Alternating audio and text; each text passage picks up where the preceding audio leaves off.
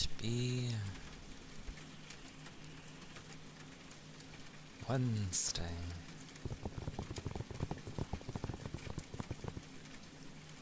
Wednesday.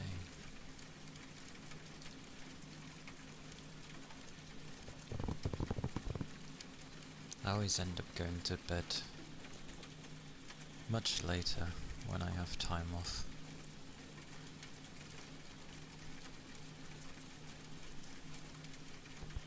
A lot later.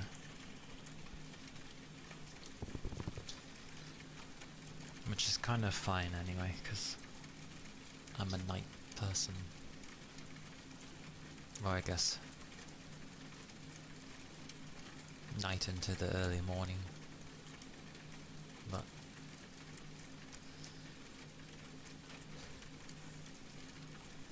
yeah.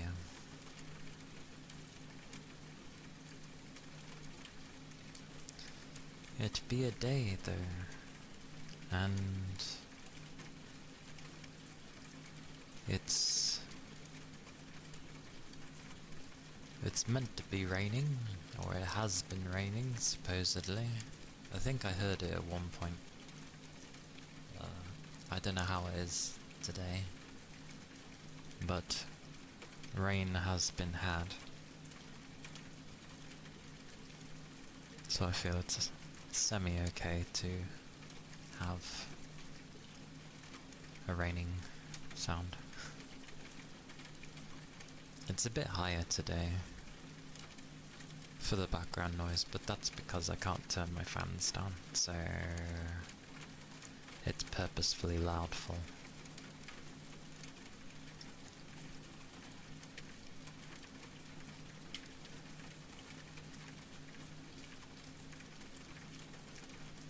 Maybe.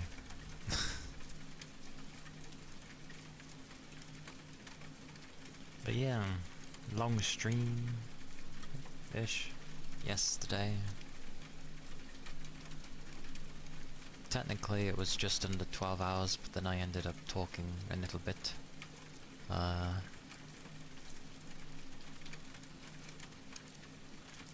And yeah, YouTube does seem to have that limit of 12 hours. So it seems better to record yourself. So then if you're nearing the 12 hour, then I can just basically tell it to stop and then carry on recording. But I think the tail end was literally like, I think just me talking. So if that's correct, I can just, well, I'll have to like edit it myself. The only problem with that is every time I go to do those things, the videos somehow end up worse. That's why I didn't want to do it myself. But yeah, I'll try to make a note and do some recording while I'm streaming. Hopefully it shouldn't be too taxing on the PC, like with all 3 in 1 of streaming, playing and recording, but we shall see.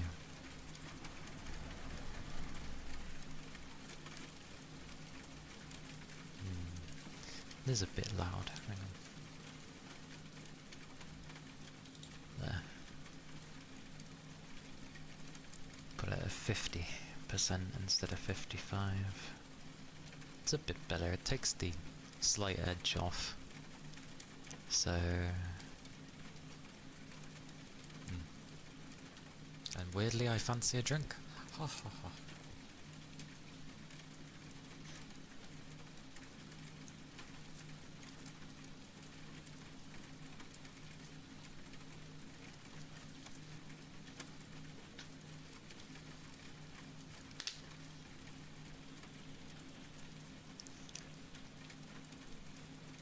Congrats on first bugger, Kent.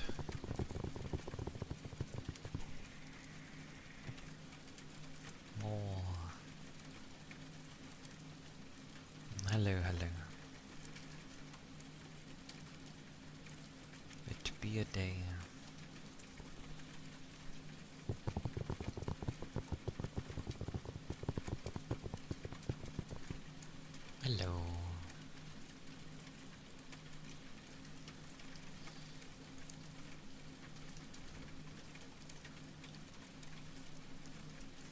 I'm okay.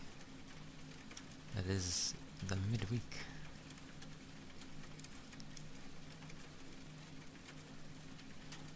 So, yeah. Kinda just relaxing, I guess. Or have been relaxing. Which is good, in a way. I hope you're doing well.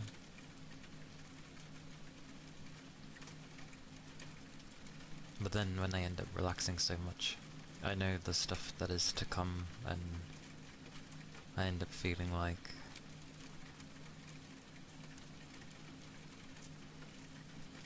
I should end up being way more productive. And I'm just like,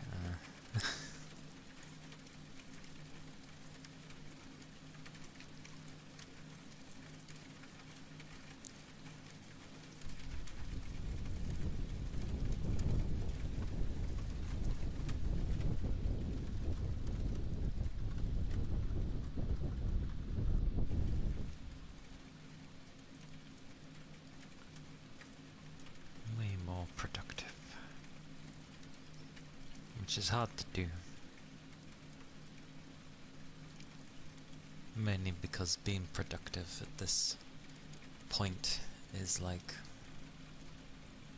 trying to find a new job. Which sucks.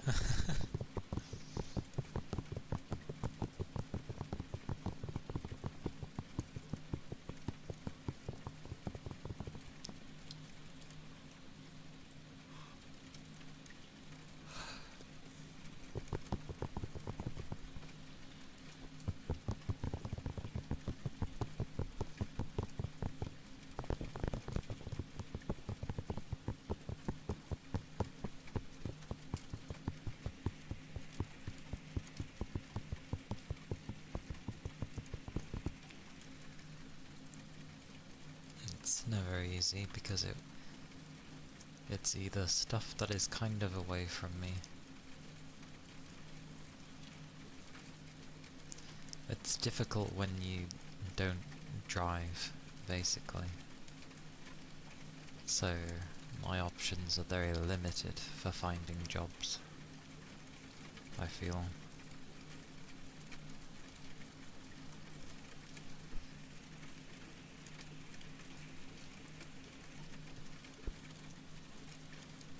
But I'm gonna have to learn to drive,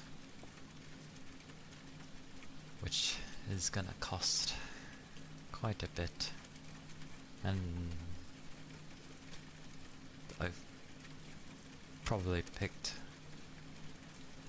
a terrible time to learn to drive because they've made it a lot more difficult in this country. One would hope. Morning, Raven. Hope you had a good rest.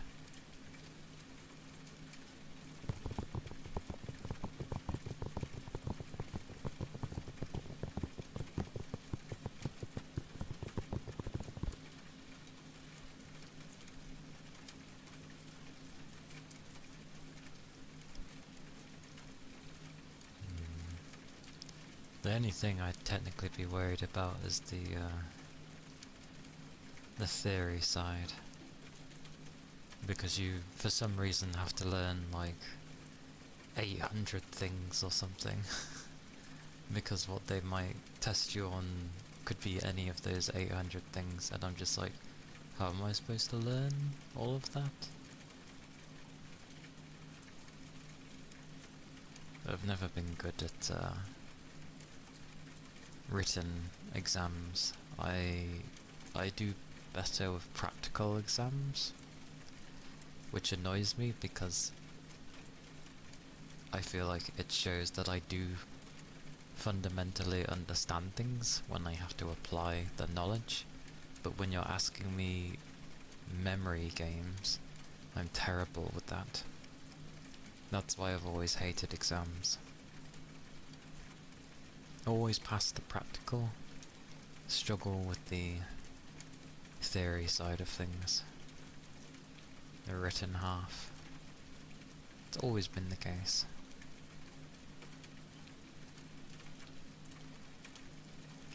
Which kind of baffles me, because it's like, well, if I'm doing far better actually applying the knowledge, doesn't that mean I understand it? Like, it's just annoying. It's a very dated way of testing people.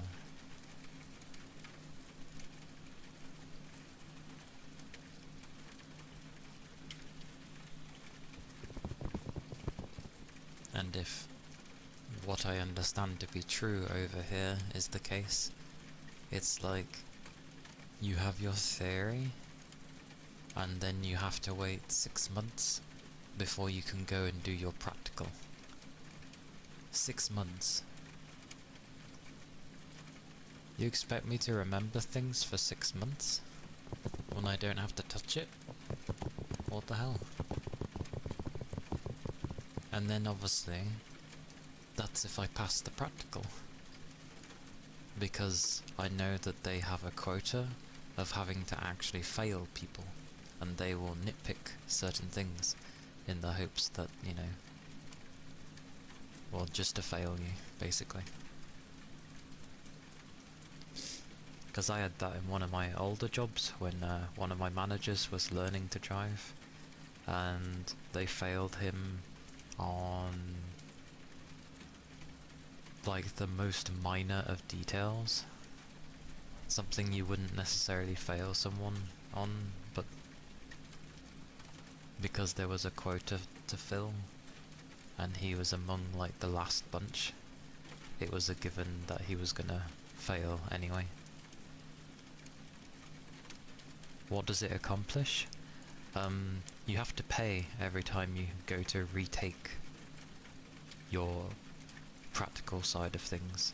So if they fail you, you need to pay again to basically book another one. So that's why there's a quota. Yep. It's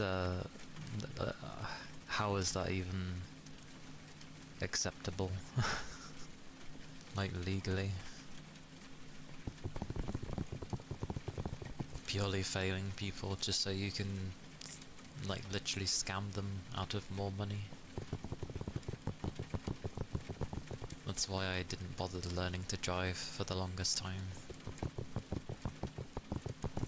Yeah, pretty much. But basically, if you manage to...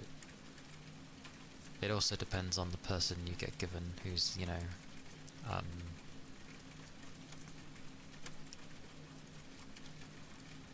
teaching you, you know, allowing you to pass. If you get some bugger that's at like the beginning of the month, you're more likely to pass. Because obviously they haven't got to worry about the quota at the beginning. So yeah, if you ever have...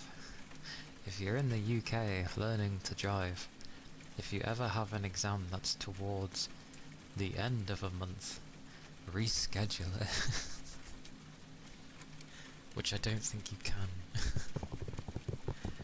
So never agree to a late date. Always try and have one near the beginning of the month.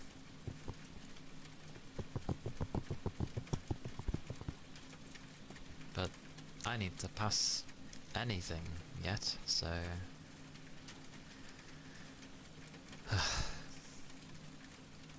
Apparently it would also work against me if, because I would be classed as a new driver whenever I would pass.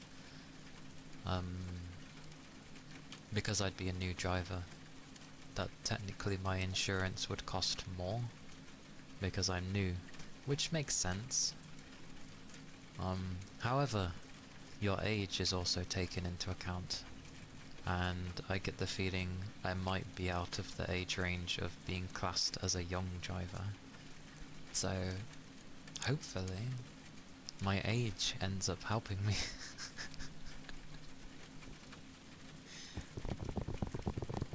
Because, you know, when you have buggers in their early 20s and stuff, especially if you're male, apparently, there's more, like, boy races and stuff like that. Statistically, it is more likely for a guy to have something happen to them. And I'm like, yep, that makes sense. That makes sense, statistically. Bloody boy races.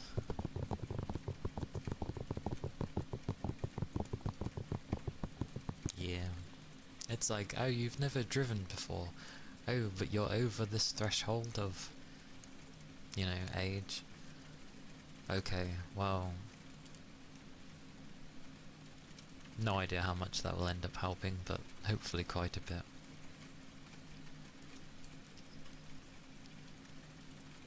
But I get the feeling I am the type to have accidents, or, you know, I am the type to have little scrapes. I get the feeling. Not think much of it because it hasn't really damaged anything, but because any type of contact counts as anything, yeah. I could imagine having a slight bump somewhere and being like, oh, that's fine. And someone will go, no, no, we need to exchange thingies and let our insurance companies know, so then it can be a blip on your radar.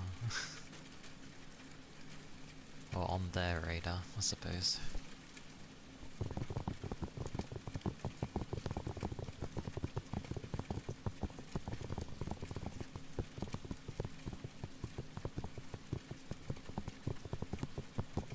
So yeah.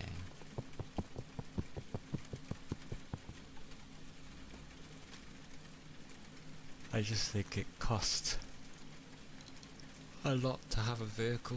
I don't even know how people actually afford it. Because obviously, most cars are on loan, yeah? So you pay whatever.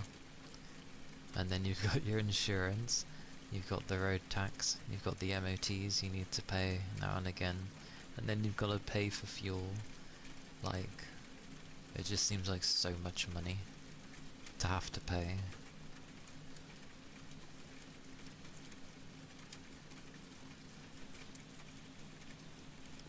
A lot of money.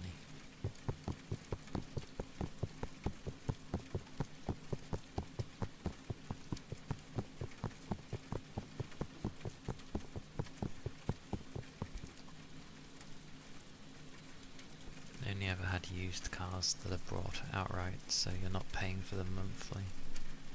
Ah, okay. Apparently, well, I always end up thinking it's better to have a classic car. Because they go under different rules for some reason.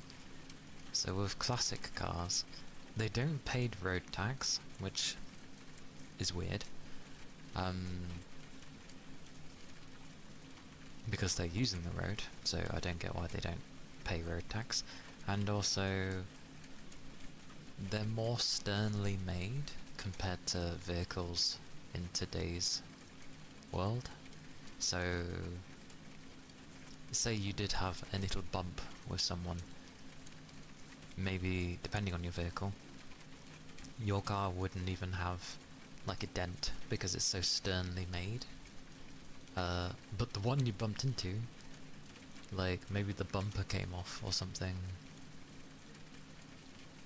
like they're just, I don't know, very differently made now.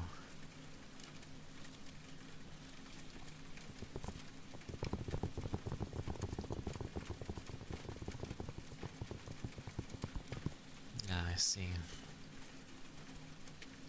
The only downside is automatics were definitely not a thing back then, so if I was to go with an older car, I would have to know how to drive a manual,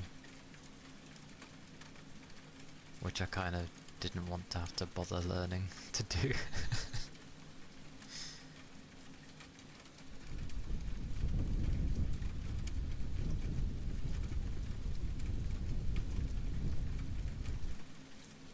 because I was told a story where it's like some of the old cars my dad had and his dad had, you know, they had like a solid thick steel frame or something, so it was very, very durable, and they bumped into, not a modern car, because obviously this was donkeys years ago, but they bumped into a car that wasn't as classic, and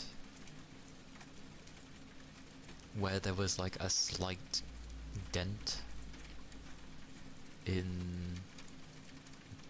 like their car, in the other person's car, it was like it had to be written off sort of thing. I was just like, damn. Hello, Rain.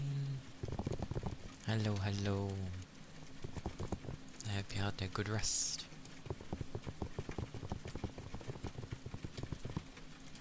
You'd much rather have a manual than an automatic? They're much more fun to drive in spite of them being a bit annoying at times. I see. They do seem like they give you more control over automatic. The only other benefits to an automatic is, because my dad has this, like if your leg isn't so good anymore, having a manual really like kind of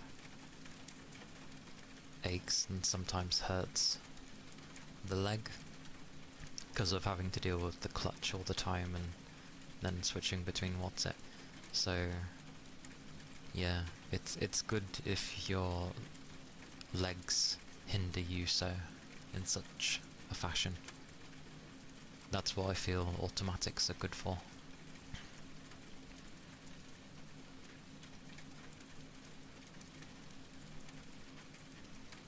Yeah. There's also the benefit to a manual. If you have some form of an accident in an automatic,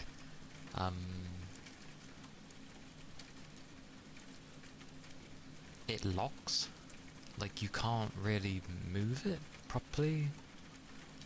That's why you need to get, you know, you need to call a service in to get the car moved, because you can't just put it into neutral or something like that. Whereas manuals is just like, oh okay, I need to move it, and yeah, you put it into the mode so that you can at least move it, like push it physically. At least you can still do that with a manual. Oh no, sorry, I'm thinking of electric. Fully electric cars are lock-up. That's the one. Sorry, not automatics. It's full electric. So never get a full electric, because if you have any type of accident in it, it just turns off. You can't do anything to it. Electric cars are something. Electric cars are ass. It's too soon. Especially that they're using those types of batteries. There's a new type of battery that's being made that can last way longer than the current battery types. They just can't mass produce it at the moment. But say you get to like what, 400 to 500 miles in an electric, with the new battery you could easily get thousands. So yeah, current electric cars are ass. And they all look the same because they all house that stupid battery frame. So cars just look boring as sin nowadays.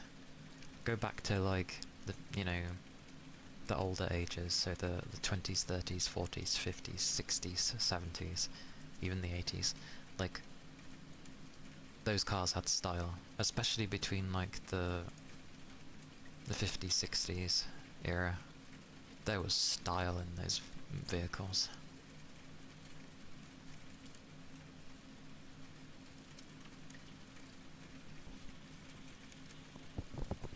And you immediately fell asleep when you got home? Oh! Yay! I was surprised. dozing off could happen with a gaming stream, but you must have had a busy day, so good job for that day. It can be so hard to scale production up from a tiny lab test quantities. Yeah, pretty much. Hello doo-doo-doo. Hello, hello. Oh, and it turns out, yes, going past 12 hours does indeed make it so that YouTube does not like your video. And I'm about 50 minutes over 12 hours, so I'd have to cut out the section probably where I was talking at the end. And then hopefully I should be able to upload it. Hopefully. I can see why people do their own recordings. Because I usually just grab the things from Twitch afterwards. But I don't know why, because they're worse quality. So 12 hours is the max.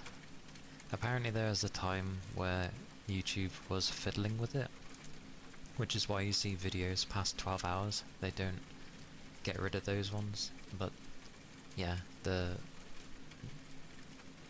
stuck with 12-hour limit. Or sorry, 12 hours or a 200 and something gig limit. Whichever one hits first.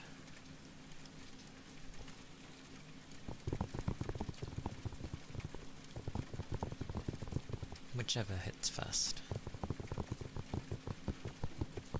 Which, considering the Twitch one is like 40 something gigs, if I was to do my own recording, I get the feeling it might be a bit too big, because my own recording quality is a bit higher than Twitch's.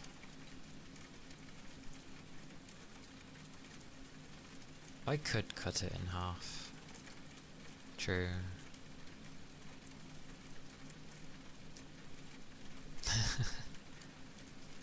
I should have gathered, because I did kind of think, oh, maybe there's a 12-hour limit.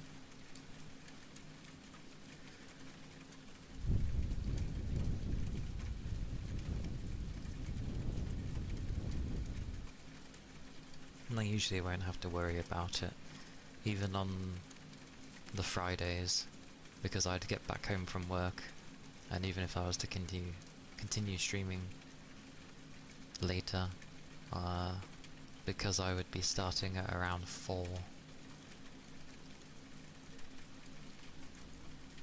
Unless I was to stay up into the early morning.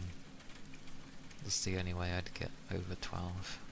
So at most, even on a Friday, it would be around 10, 11 hours, if that.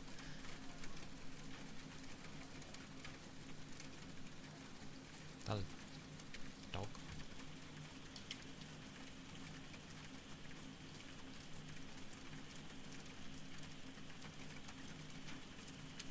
Could have sworn I heard a dog. Yeah, it's my week off, and well, I only started earlier because I thought it would take me longer to do, which it did. I wasn't planning to do the whole of the prologue. I was just, well, I actually didn't know how long it was going to take at all. I just carried on. I carried on, but it was one of those where you don't realise how tired you actually were until you, like, actually stopped. Because once I beat that final boss fight, and I came off the game, and then it was just chatting afterwards, I suddenly just started feeling really tired. So I'm like, oh, oh. Yeah, I really like how it looks. I like how it looks. The combat, I've always enjoyed that style of combat, where it's like a circular arena, but it's still tactical in that, you know, you can do side attacks, you can do back attacks.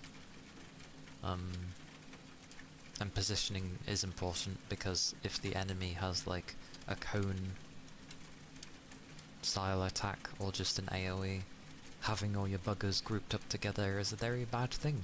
So yeah. The only game I've played that has had that kind of combat has been the Neptunia series. That's the only one, and I played those games to death, so yeah, I like that kind of combat.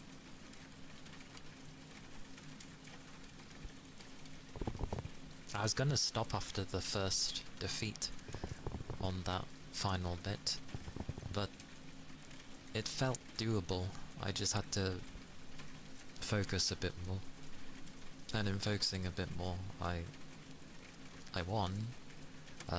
That shield that Estelle could conjure for everybody was so good.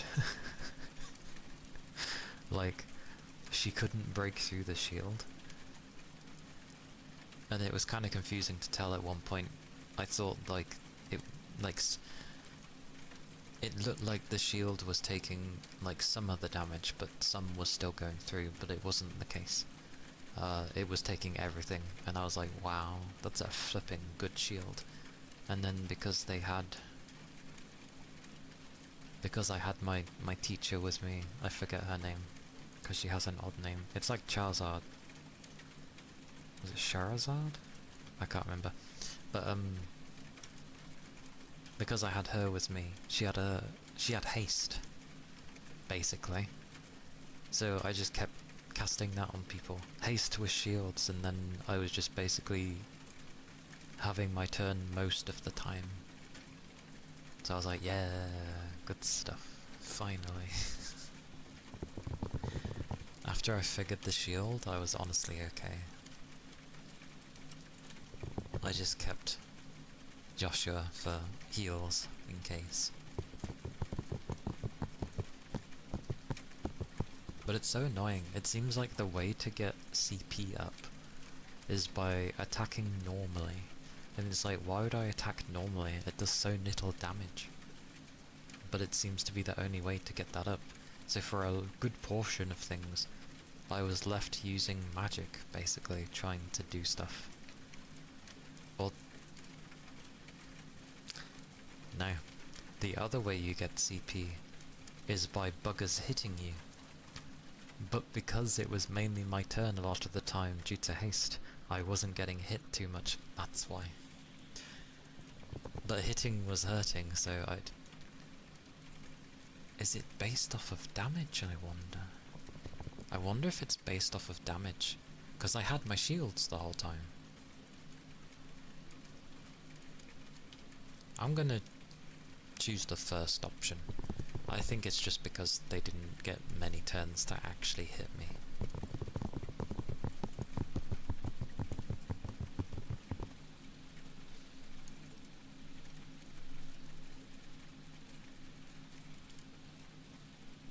But yeah, it was good fun. Got through the prologue, ended up finding out that our father has gone... I'm pretty sure it was saying he's gone missing. Not that he's perished. I'm not sure. I'm pretty sure it said he was missing. So we'll see. It looks like we're going to probably investigate now. Like what happened.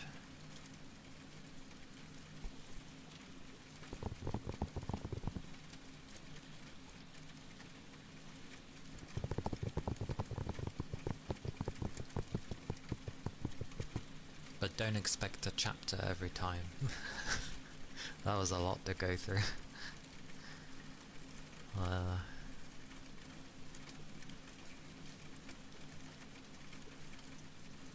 But I'm glad I got through it. You can tell the ones that don't like reading. Because, yeah. Actually, I'm pretty sure I can find it. There was a funny Steam review.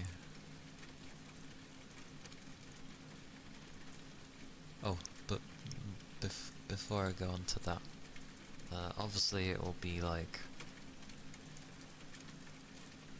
this game for a while, and then on the 17th we have of next month.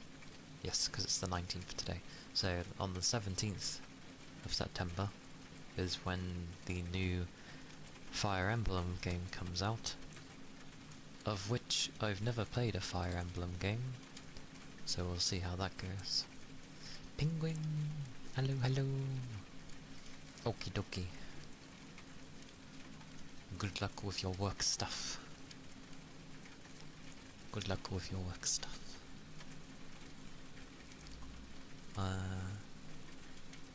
But it looks like September is meant to be very packed with... Sorry, it keeps dimming light-wise, so I'm looking outside. It's meant to be raining. It certainly looks like it's dimmed enough to rain. I'm glad I didn't hang out the washing. If I did, it would probably get wet before I'd noticed it was actually raining. So it can just stay. I've put it on a spin and drain thingy, so they won't be soaked at least.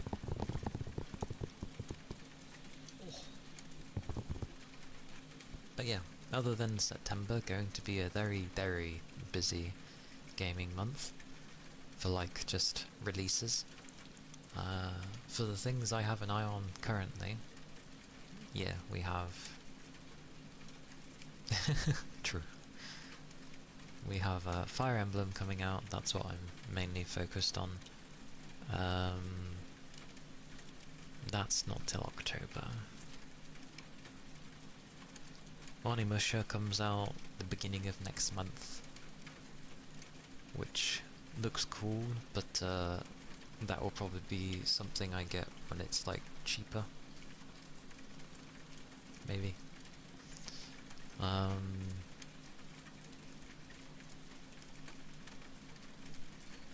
Then in October, but this is towards the end of October. Goodness gracious indeed. Penguin!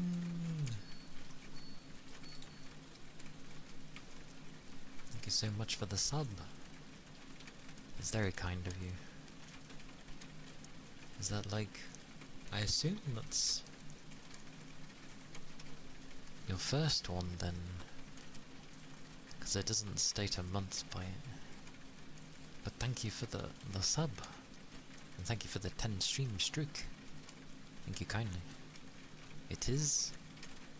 Then let me work out your name. When people sub and stuff, I put the name on my model. I'm going to assume I don't have you, if that is new. Where's my keyboard? Let me grab my keyboard.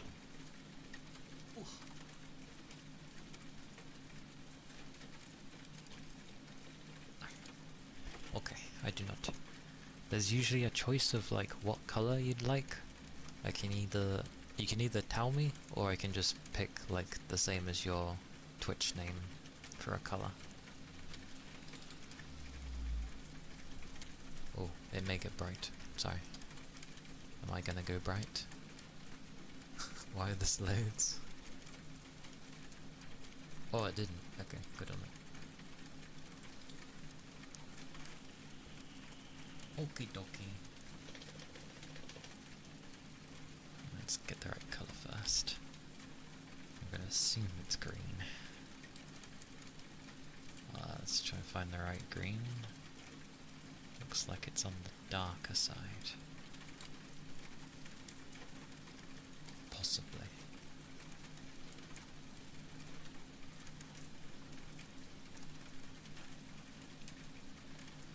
Limelight green. Limelight green.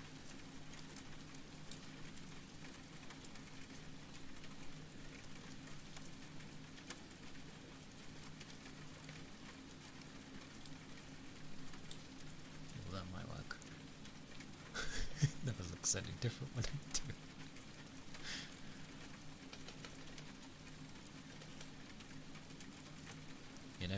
seen limes in that colour, so well, I'm gonna accept that.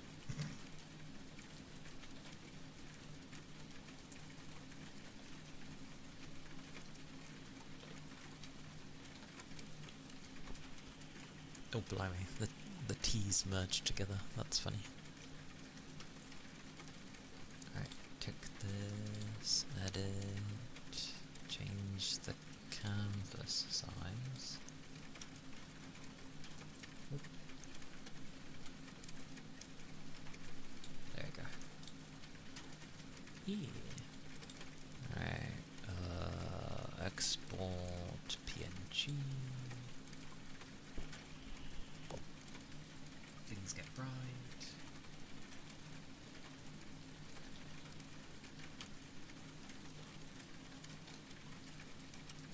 There you go. Make sure I spelled everything correctly. Okay. Okay.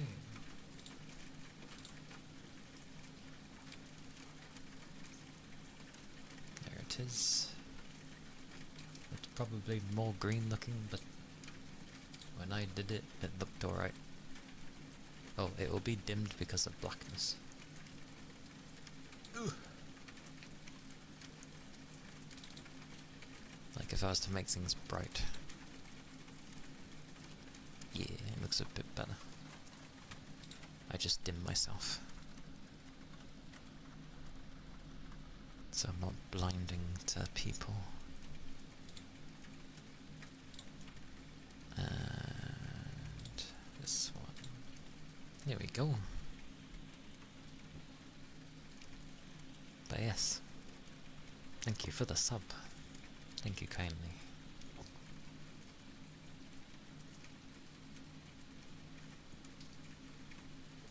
Ooh. There we go.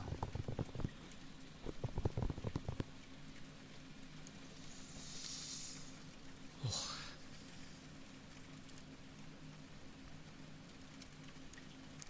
One day I will have my male half. It's really weird. I have days where I really feel like, because I treat my avatar as if it's like when I play games and stuff. Like a lot of the time I do like playing as female, but then there is like a good portion of time where I do like playing as probably I should be male as well. And I have days like that with this where I just feel like being male. I know we have the those sort of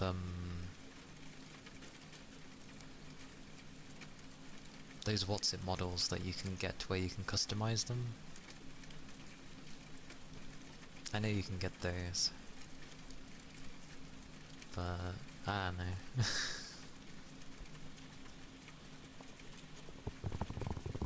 Who knows? Maybe one day I'll end up being like, I just feel like staying as a guy now, so I'll end up just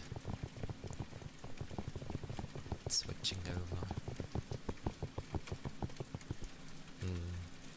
Customizable models have come a long way. A long way. Like, a few years ago, when I looked at them, there wasn't even really any, like, super high quality female ones, and that's on the female side. So, you weren't gonna get one for the guys. Unless you probably went 3D, that's a bit different. But in terms of live 2D, and then in the coming years, you know, we've had very high quality and accessible and affordable customizable models. And even the guys have something pretty decent.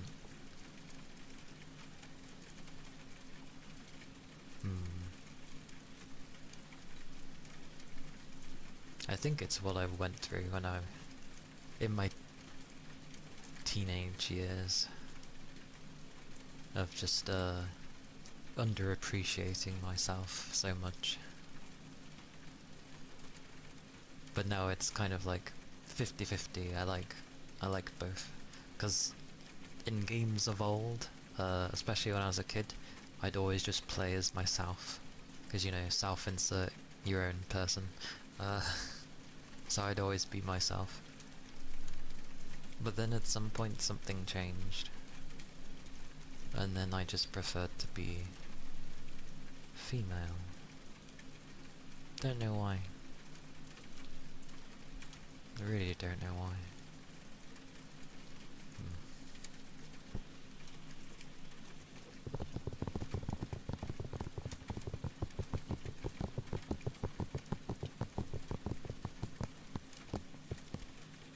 But who knows? One day I may end up just being like, I won't be this one anymore, and I'll just start slowly gravitating towards my male side properly. Won't be able to get a model sorted. That would take donkey's years and a lot of money. But one day. And thank you for the follow. Thank you kindly.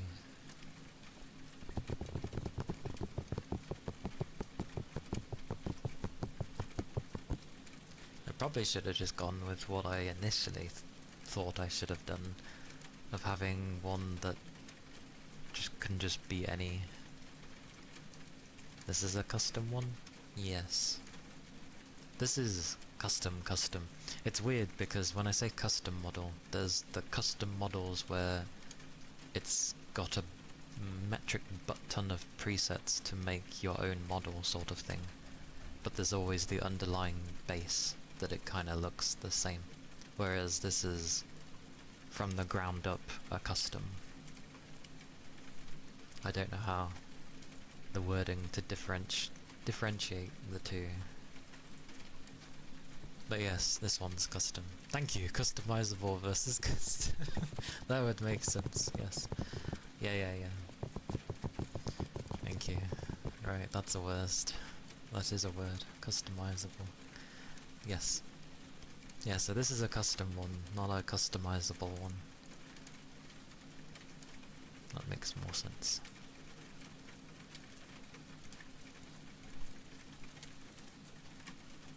I think we just end up forgetting certain words.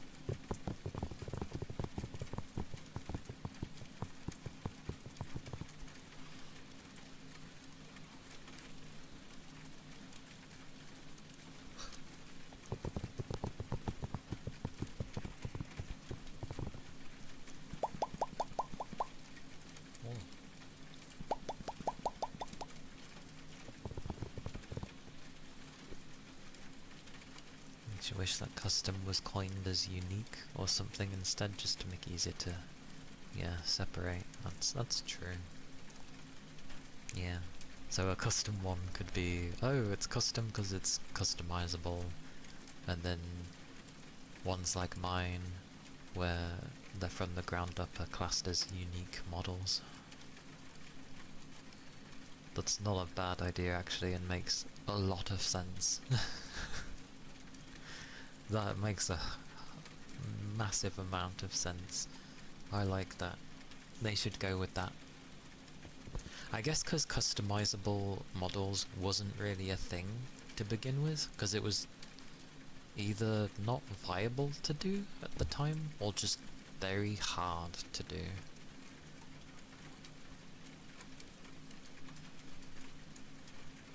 But from a business standpoint, it's a genius idea. Give enough options, gives them like very high quality looking like stuff, and it's just like, yeah, it's like you're selling it for 100 or whatever, but then you have literally thousands of people buying it. What a marketing genius idea that is. And obviously they vary in price. Some people do it at like 50. But either way, 50, 100, thousands of people get it. Good money made.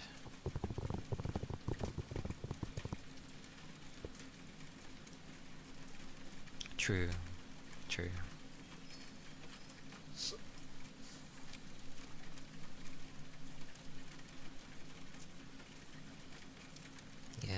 That's how we should end up having it.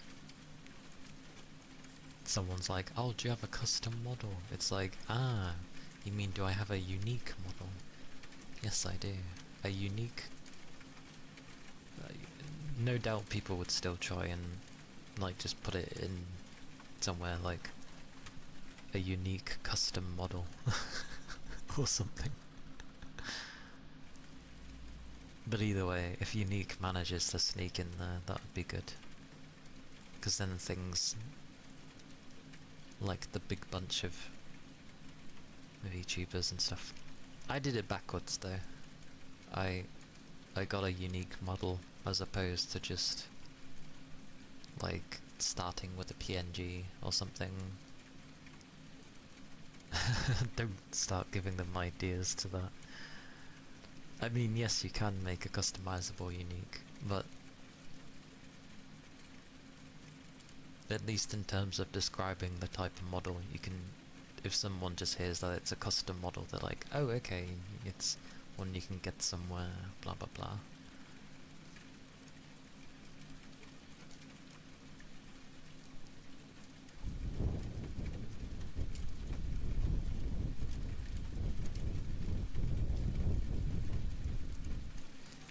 And I know I have a bunch of electrical equipment, but it's always warm in my room. I want it to not be warm in my room.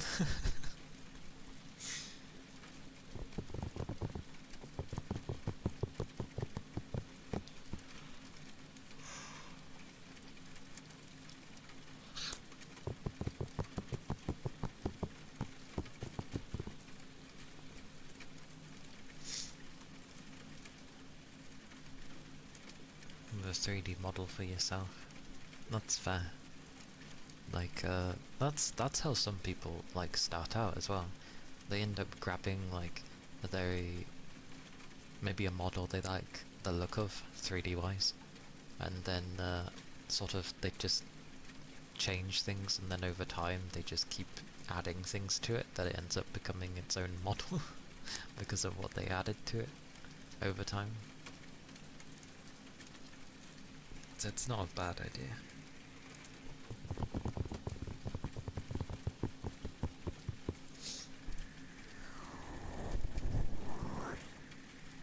But, yeah. Just gotta search a bit harder for male models. If I was, like, trying to hire someone.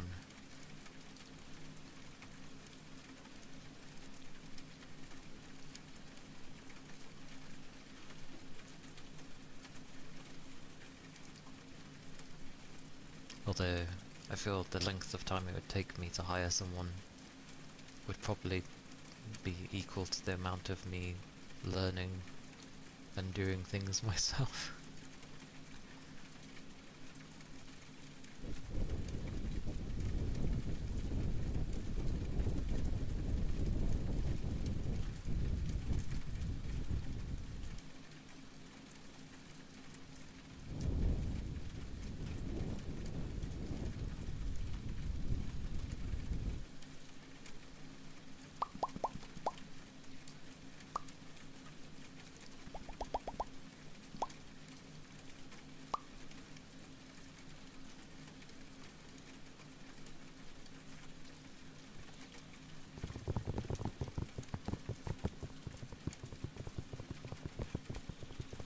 Make them work as a male-ish model. Dislike most of the male models for VR chat and 3D stuff. I haven't looked too many for the stuff, because half the time the things that people like to add on their models, I personally wouldn't want them, so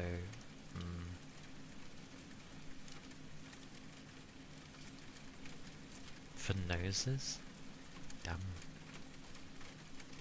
People have improved, especially over the last few years, people have improved massively on rigging. It's like people have come more to terms with how to do things and what they're wanting from it. And bugger me, I need the loo, so I shall return shortly.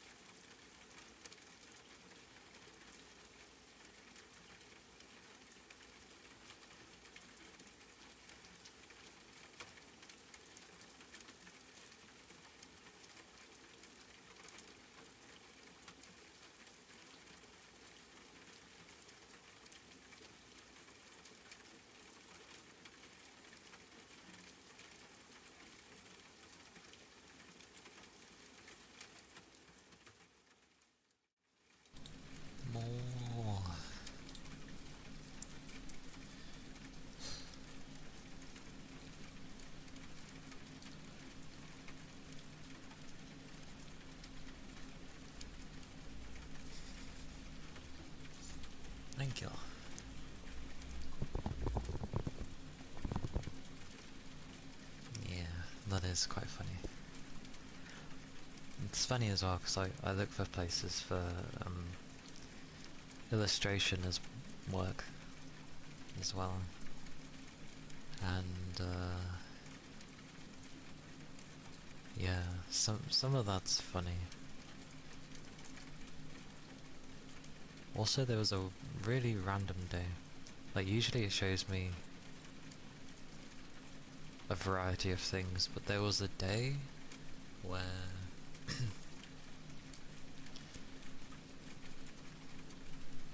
thank you, thank you.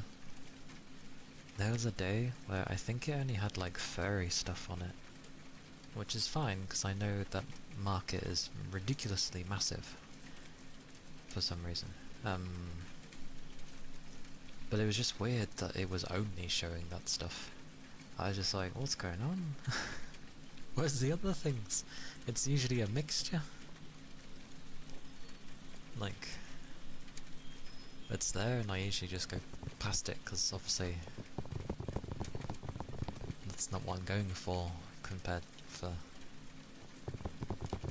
how things currently are. But it was showing nothing but that, and I was like, I felt like it was just a day saying, now is not the day to go looking at things, and I'm like, okay, I just won't look. Because I went back another day and it was perfectly fine. Well, fine by my standards. Yeah. What's funny as well is that when it comes to furry stuff as well,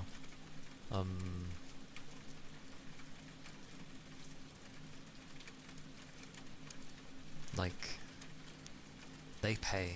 They're like the biggest paying customer. Which I'm like, of course they are. Yeah.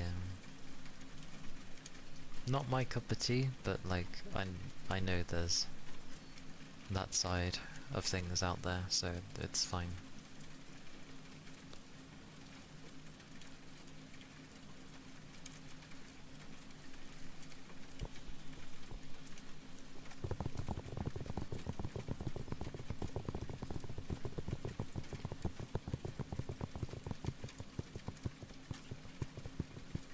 Like, I prefer the more humanization of things with maybe some traits of others, hence the ears and tails. Not necessarily like your shape actually looks like the creature in question. Still a form of a humanoid, but you get what I mean.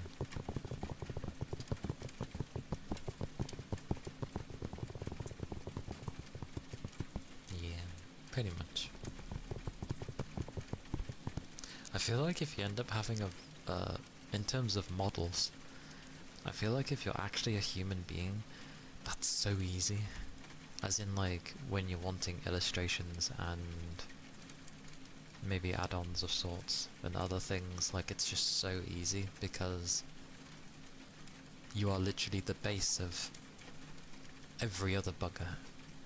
That doesn't mean that obviously you can't look good, but you have a base. So, happy days.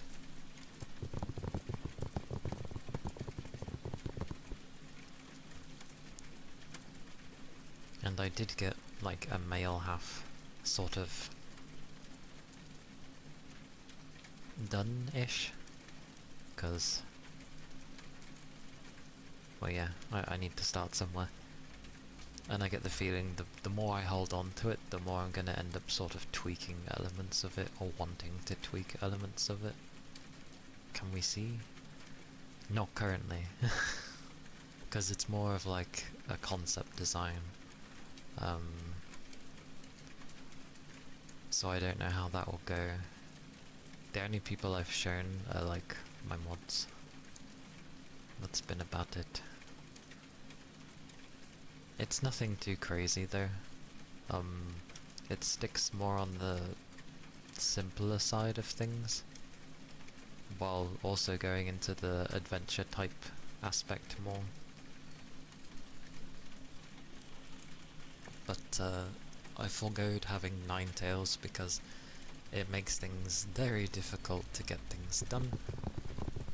So I did a cross of things that I actually liked, which was like dragons as well as foxes. So I sort of combined the two. So it's like part dragon with a hint of fox in there. Multiple tails is definitely tricky. I understand why usually people don't go for multiple tails. Like the most you'll see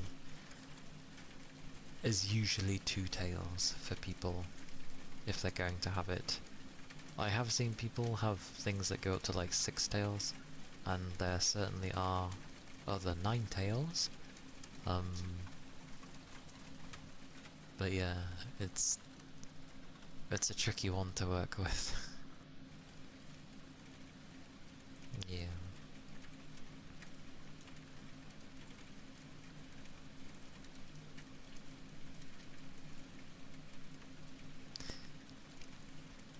Because there are some slight changes I may have done, like, want to have, even with my newest rendition of a male model.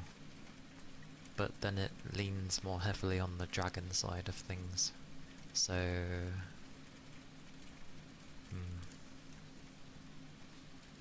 I remember initially when I was saying to them what I wanted,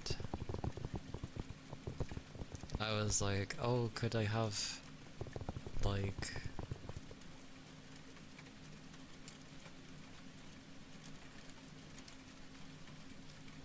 I think I was wanting something like, oh, keep the fox ears, but put some horns that go around the ears, sorts of thing.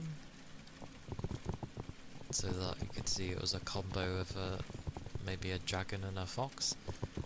But they said that that would be too much. And I'm like, oh. I assume they mean like too much around the top of the head area. Because I have seen things where it's like, it follows more of the dragon side of things. So you'd end up thinking they have like elven ears. And then horns at the top. That's usually okay. I've seen that. But putting horns that go around fox ears is apparently too much.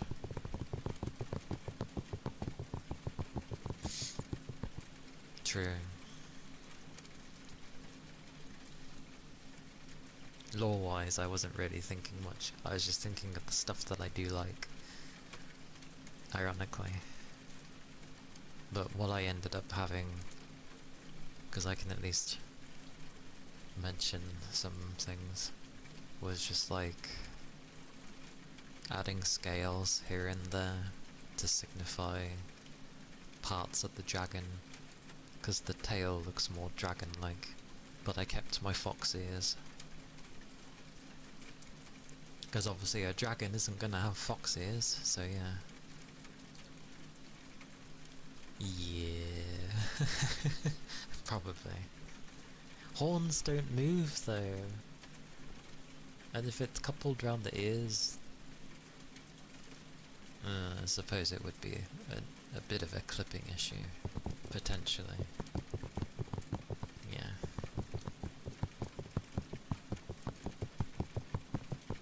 Also, I've noticed when people draw males, sometimes you can tell when they are very used to drawing females, because you see how some people draw like the chest of a guy, and sometimes it can look okay, but then they draw them at like a slight angle, and then it starts looking weird. They draw the guy's chest as if, like, it ends up looking like the top part of a busty female, but then the bottom kind of goes, instead of curvy, it's more flatter, but it's got the top half of like the female chest, and you're just like, this chest looks strange. It looks really weird. It's like they combined the chest of a female with a guy. This isn't on my drawing. This is just on things that I've ended up seeing when looking at who can do at least male anatomy.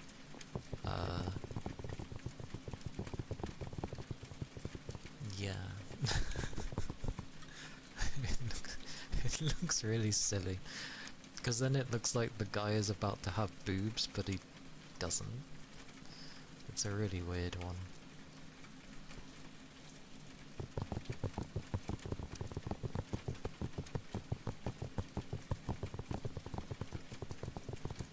It's like a guy is more solid.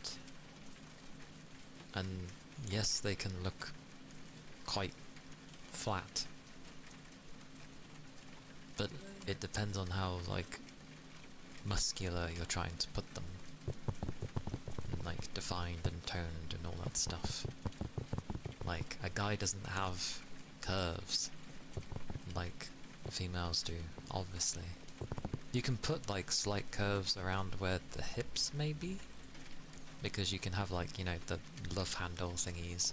Guys do get those as well.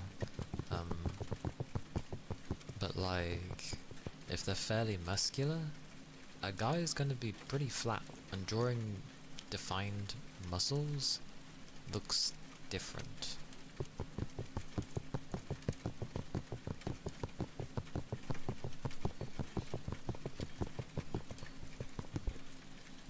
And people seem to forget that there's a butt-ton, pun intended, of muscles in your butt.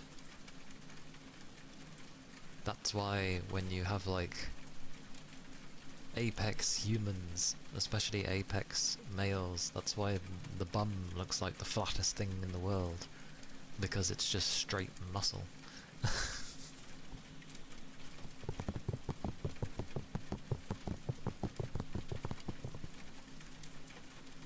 Why does that remind you of guys with such big pecs that they have their own jiggle physics?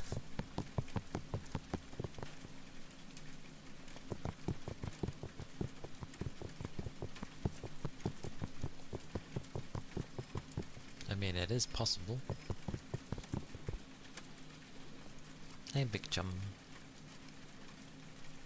It is possible.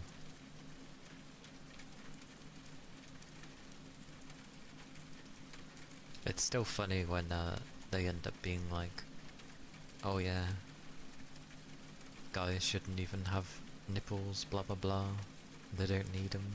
It's like, true, they don't need them, but again, the base starting point is female, sadly. That's why guys still have them.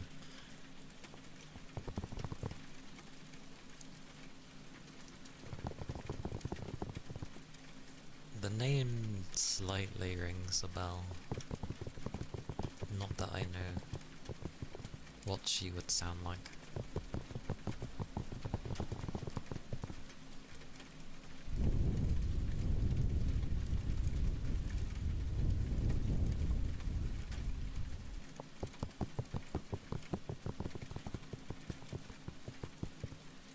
The Scam Medical Company.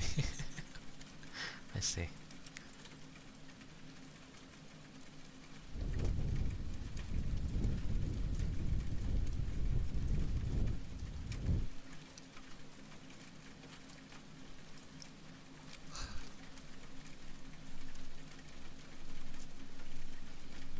Yeah.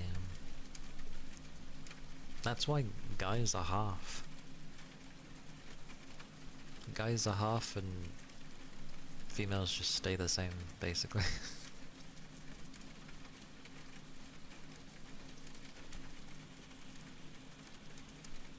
That's why I find it funny when they're like, we can't understand guys. It's like, well, I'm sure you can to a degree, but fundamentally I kind of understand why they're not able to. and why, vice versa, there's moments where guys can't fully understand females, but at least they can sort of understand. Humans in general are difficult, so I wouldn't worry about that.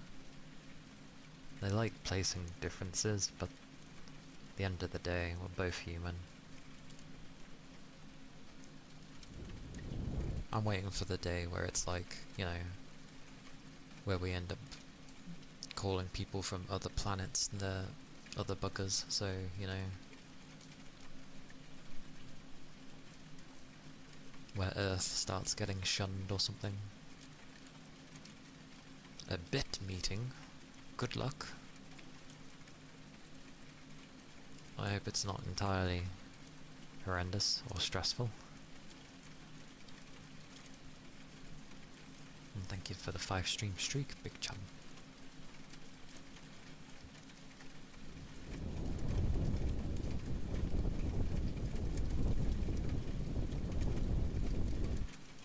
Oh, Big Silly.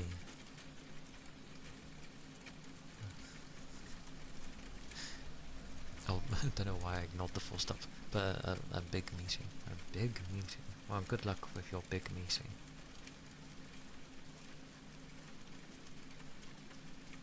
It's a tiny bit big meeting.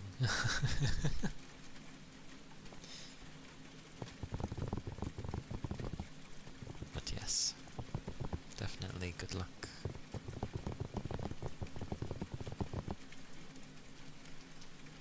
And it never hurts to pause if needed, as long as it's not horribly long, but a pause can always, you know,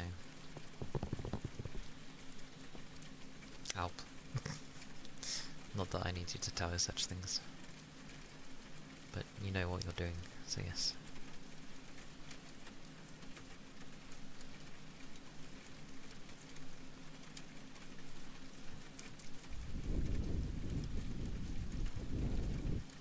It's quite common for people to have multiple streams open.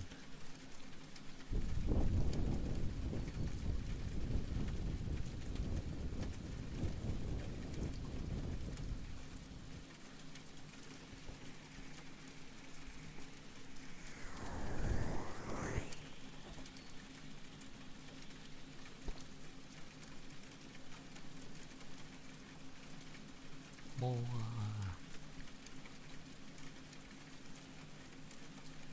Again, that can be quite common indeed. A lot of people follow similar circles.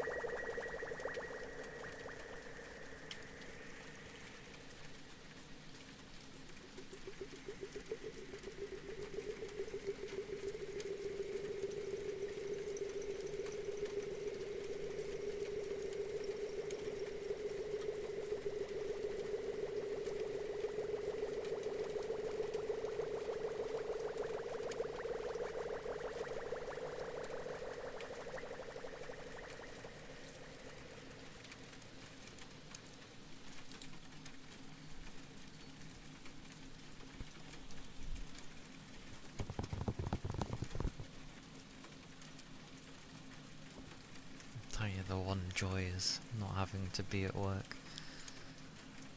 I I don't have to be asked constantly how I'm doing, if everything's okay, and not having to hear those bloody radios constantly. Hearing the same radio every day can be annoying, but you can switch off to that. It's a singular radio. And thank you for the headbats, Rain. But it's when you have two radios with the same station, but one of them is like a second behind. So you just end up hearing this weird echo.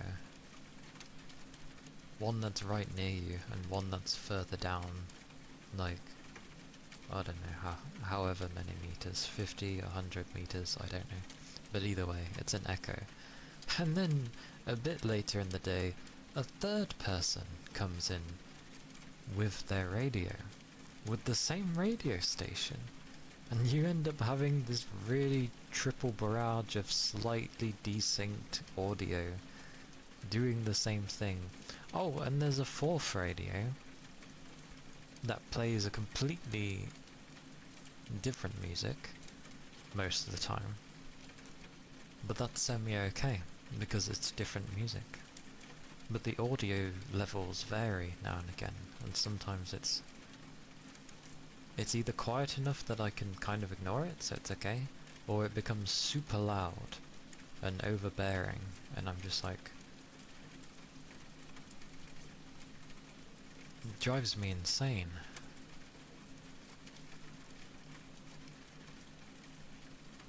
So yeah. I wish there was just one radio. I wish there was just one set of music. It's okay though, because now and again I don't have speakers like a radio. I'm just going through my phone, which I'm not supposed to have, by the way. So I call it a media device, because that's all I use it for. And I just play my music, which has mainly been currently stuff from Enfield. So it's a mixture, like rock stuff, I guess metal in a way, techno music, even some pop stuff in there. Like it's fine, it's a good mix. The happy days when I put on my Vocaloid music though, because obviously most of it's Miku, and her voice is obviously pitch perfect because it's a synthesizer thing program, so she's pitch perfect and bloody has a high pitch voice anyway, so it just stands out so much. I love it to death, and it just, when I put that on, it somehow blurts out everything else. Which is happy days for me. I'm so tempted to get even a small amount of like a Bluetooth bloody speaker system, but I would be louder than every other bugger there, and I know they would not want to hear it. And I'm just like, well, I don't want to hear your music either, but I'm left to hear it for months on end, so, you know. I wish they would just let me have like an earbud in my ear while I worked. But you're not allowed to, due to safety reasons. But considering I'm literally standing at my desk all day, what safety is there? What's it like? They should just literally say, it's fine at your desk, but if you go away from your desk, you must take them out. But I know someone wouldn't follow that ruling. And an accident would probably happen. So I get why it's not allowed. But sweet mercy, if I had earbuds, I would at least be able to block out the bloody everybody else's.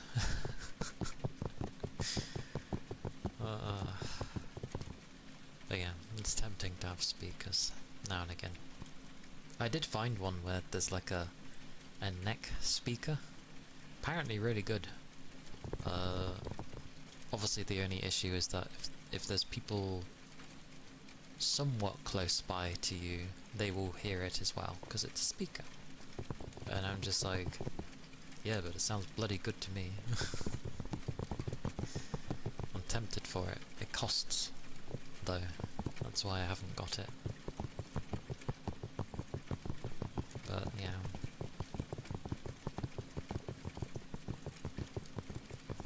I think if I had a speaker, I could easily ignore everybody and just get on with my work. But no doubt at some point someone will want me, I won't hear them, and then they'll say, your music's too loud. And I'll be like, ha, ha. I know someone would eventually complain, and I'd be told to not have it, and I'd be like, no offense, I'm losing my mind hearing everybody else's. Like, and you've told me to turn mine down? So that's why I've stuck to just using my phone. Not loud enough to hear it very far. Just sort of like around my area.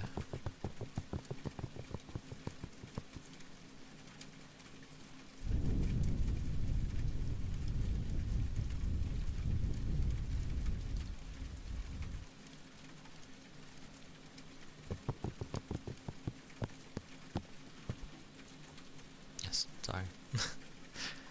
I derailed slightly. And I remembered something I was mentioning earlier, of like games to play down the road. Yeah, Fire Emblem, I will play when it comes out. My first Fire Emblem, we'll see how that goes. Final Fantasy Resonance seems cool. It's them that they took what they had from, I think it was like a free-to-play thingy that they had going for a while, but they've actually turned it into a proper game and plonked it all into a story. Apparently really good. And it has like pixel-like graphics. So I'm like, oh, looks cool, looks very cool. And then there's not stuff till like the end of October. Even though that's a Furyu game.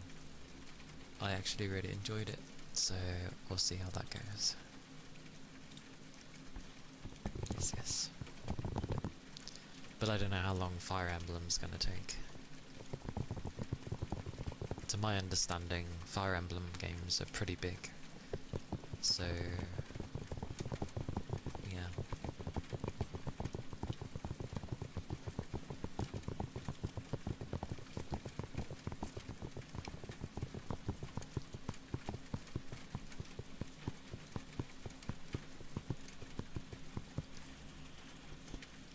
I did do a little more research on the Fire Emblem game.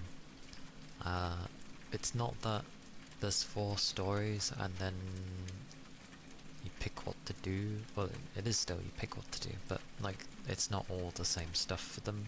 Depending on who you're playing, depends on like the type of thing that you'll go and look for.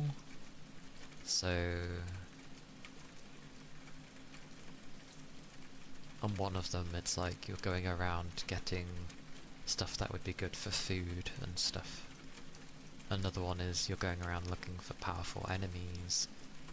The other one doesn't necessarily scrounge for goods. The way they make their money is by dancing, but you need to get to the place, so that's their main way of doing things. I can't remember what the other one was, but they all have their own thing, and I was like, oh, okay. And obviously you've got people you can recruit. I'm just like, am I gonna be okay with this game? There seems like so much to do.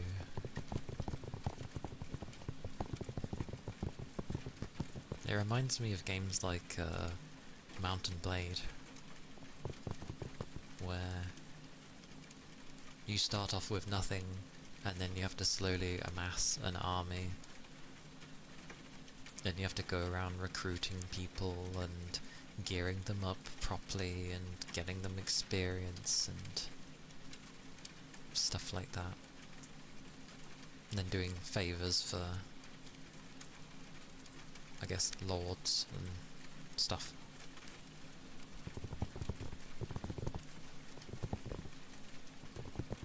ironically, that does sound very similar to Fire Emblem. From what I've heard of the new one, that's quite funny. It is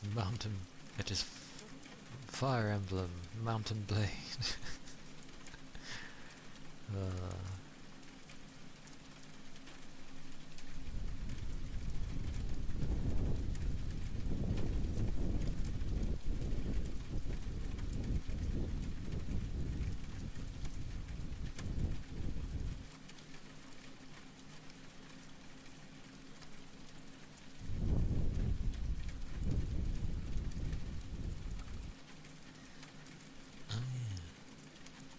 I didn't check if I missed anything yesterday in the prologue.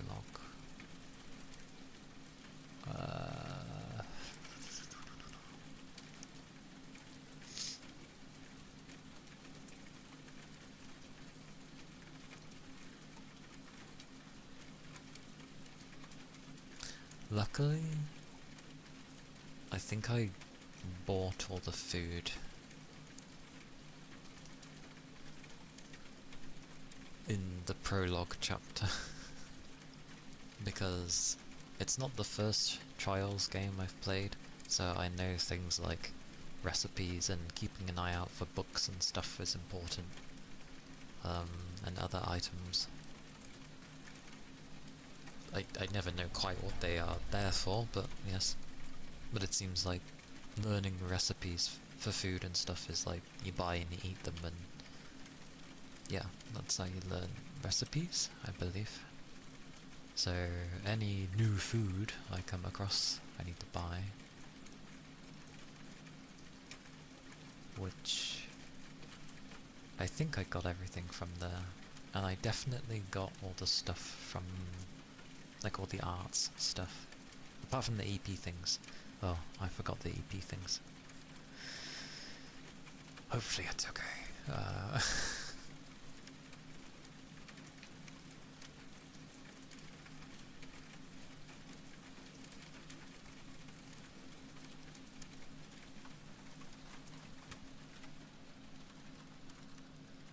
Oh.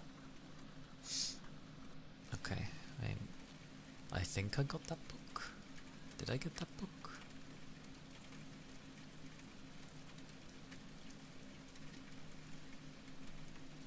I will have to check if I got that book. If I didn't get that book, then oh dear, because of where I saved.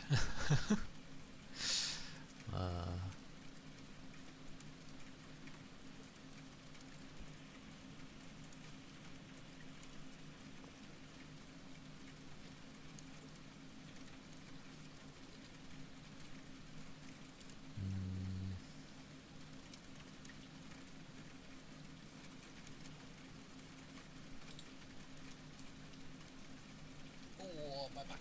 My back.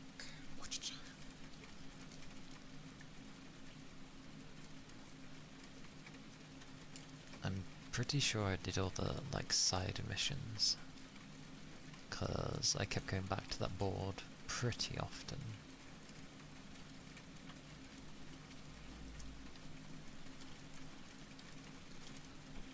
Ooh. Oh.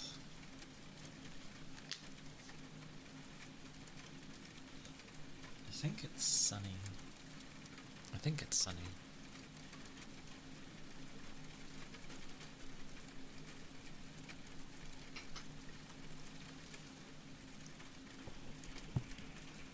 Lots of good stretches, lots of, I'm now going to sit back and hold this for a bit, so I can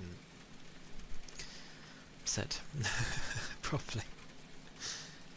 Oh, now I got an itchy nose. Thanks. Thanks, nose.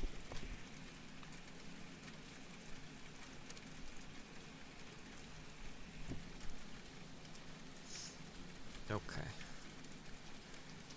Oh. Right. Let's see if there's anything I missed. God, holding this is so awkward. I wish it was longer. God damn it.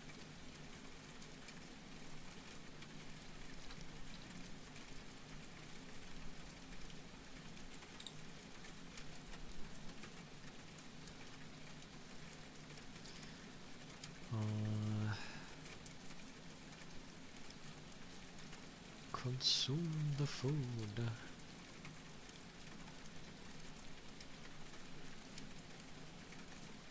You forgot your coffee mug? What, did you make a coffee and then left it in the kitchen?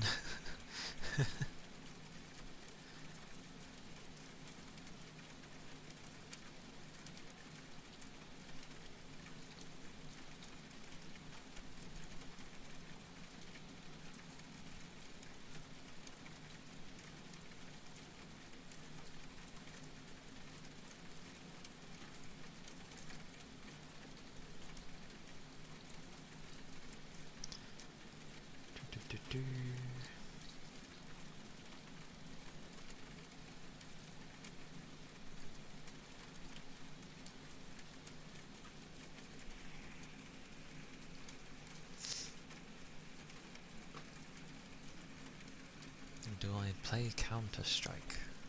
I do not. I gave it a go. Both Source and then the one after. Can't remember if I ever tried 2. But no, I tend to stay away from competitive stuff. It doesn't usually end in a fun manner, so I stay away.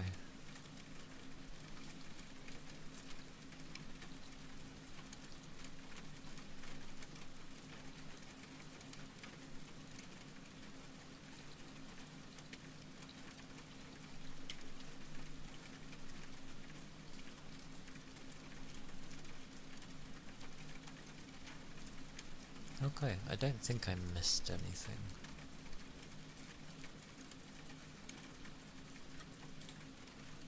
Luckily.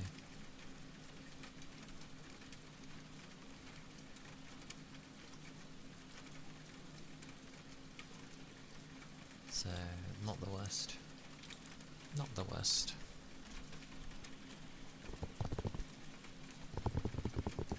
You refilled your mug a bit ago, and then you forgot it in there, went to drink some and it wasn't there. It's like, oh, I'm going to have a drink. Where's my mug? Where's it gone? I can't see it. Then it turns out, oh, right.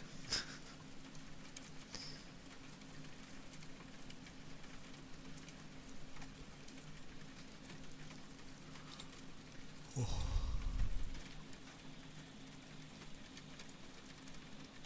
Ugh.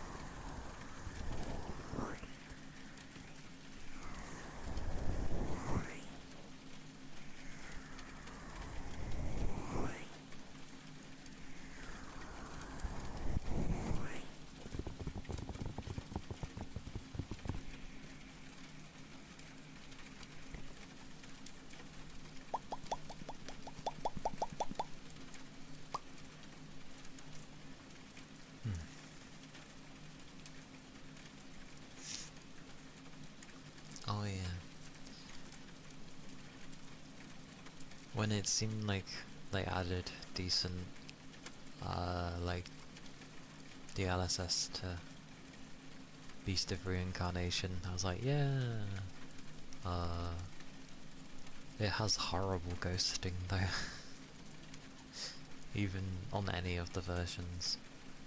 Whether it be 4.0 or even the 4.5s. But the 4.5s are there for if you're going to put it on performance and, you know, fiddle with that lower resolution and all that stuff. I don't quite understand how that works though, because the only way I can change the resolution is if it's in... well, either full screen or in windowed, but you can't actually put the game in full screen. It's either borderless or windowed. That's it. There is no full screen. So yeah, I put it into 720 and yeah, it was just really tiny. Still looked nice, but it was a tiny box, so I couldn't see.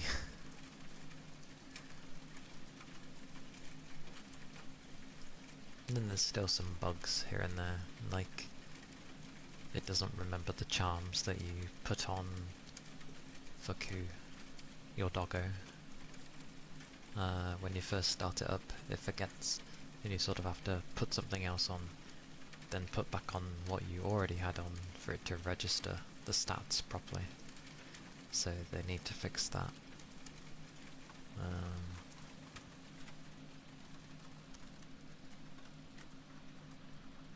Also, there's a game that pops up tomorrow, Mortal Shell 2. I remember trying the first one. It didn't seem very good. But the second one seems to have improved in every way, which is really weird. What's also weird is the price tag. I think it was like 40? Was it 40? Yes. Yeah, $39.99, which is strange because it's a pretty large game and they're only charging 40 quid for it.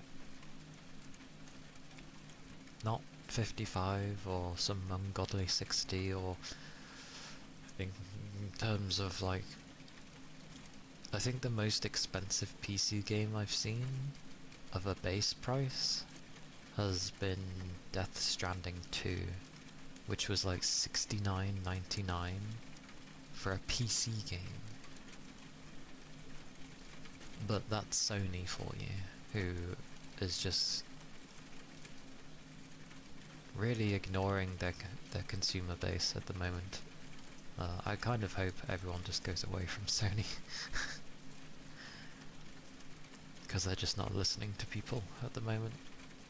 And the best way to get big companies to listen to you is to just not bother with them. Yeah, they'll eventually go back to their ways, but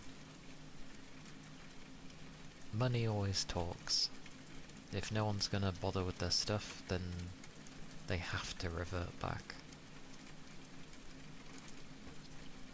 It's as simple as that.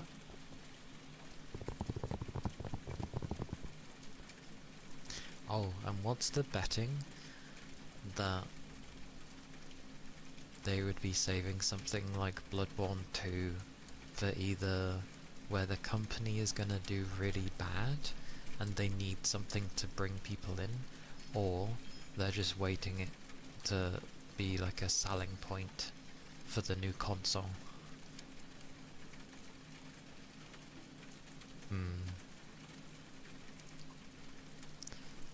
Sony were okay for a point.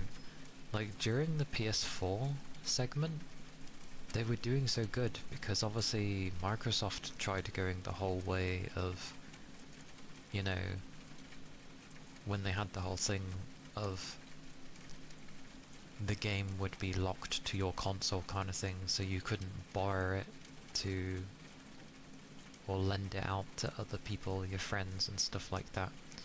Because Sony did the whole thing of like, oh, you want to, you know, have your friend try out a game? Look how easy it is. And they just take a game, hand it over to the other person, there you go. Simple as. So I know they were taking the mick of Microsoft for that. But now, because they haven't had any competition really for the PS5, they're now just getting out of hand.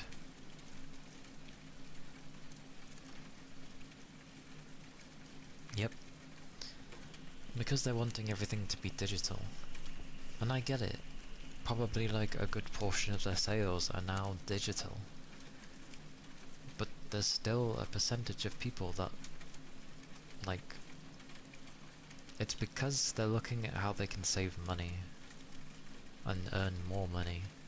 And the best way of making more money is to just make everything digital. Because then you don't have to bother with any physical production, and it saves a lot of costs. It sadly does. So I get why they're doing it. But it's even less power for the consumer. Like, we all still use Steam. And technically we shouldn't, because it's still not technically friendly for the consumer. But, you know, it's all what we're used to.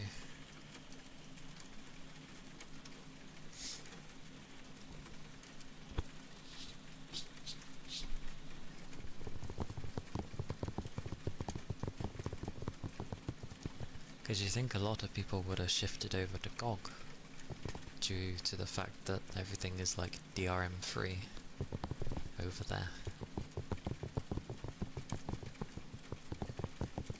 So when you buy a game, even though it's digital, it is yours. Like, you get everything with it. Heck, you could even do the thing of where technically you can lend it to other people, because you would have all the files.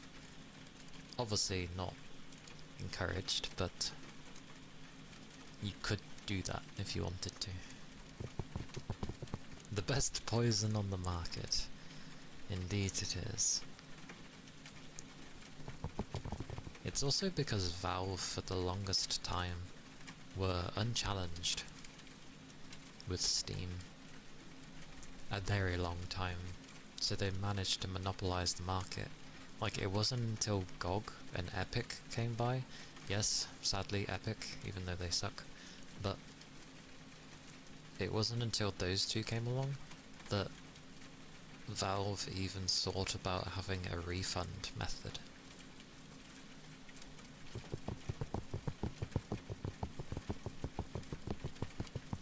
Yeah, it does, that is true.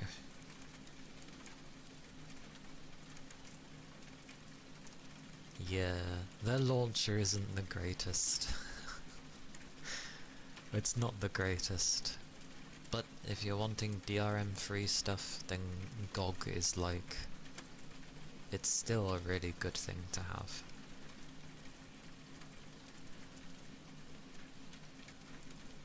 It's just, you know...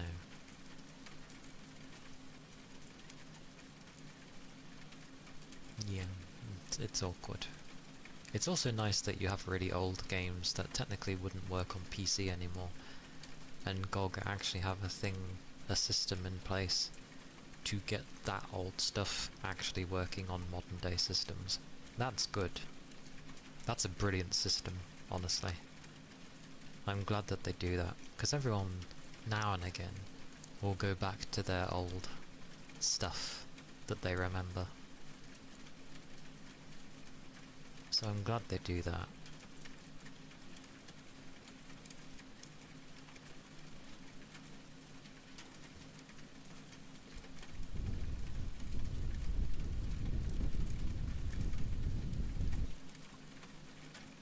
But still, Valve still have a long way to go with things, like the fact that the refund policy is still like, you know, oh, if you've played under 2 hours, you can get a refund.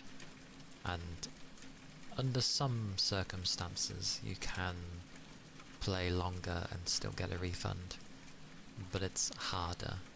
Whereas you have things like GOG, where the refund policy is for the whole month. The whole month. I feel like you could play the whole game. So, I'm sure it has some caveats, but still. I remember hearing about that a while ago. with a bunch of ancient PC games that mostly won't run anymore. So anyone finding a way to make stuff like that work is super cool. Yeah. Yeah. Because we all get it sometimes, where we end up reminiscing and then we do really get in the mood to play some of our much older stuff. So it's nice going and having a place where stuff like that can still exist. And hello, Beast. Hope you're doing well. Remember a recent story of someone getting a refund on a live service game of some kind because the dev completely changed the game and took out everything the player actually played. And by that logic,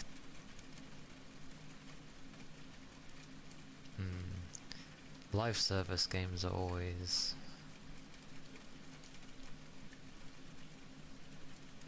You go into them expecting that you're not gonna get anything back, honestly.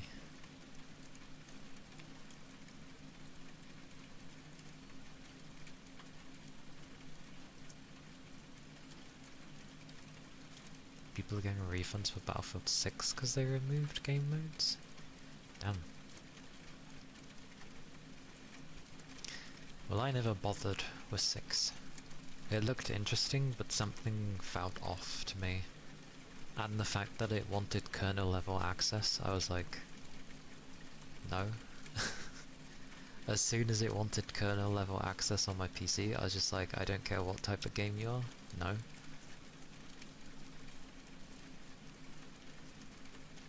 So I ended up not playing it. It's like, you don't need that level of access for me to play. I realise there are some gacha games that go the way of a questionable kernel level anti-cheat. Ironically, none of the Hoyo games, of all buggers, none of them, but some of the others, yes. Which makes me sad, because I don't play any of the Hoyo ones.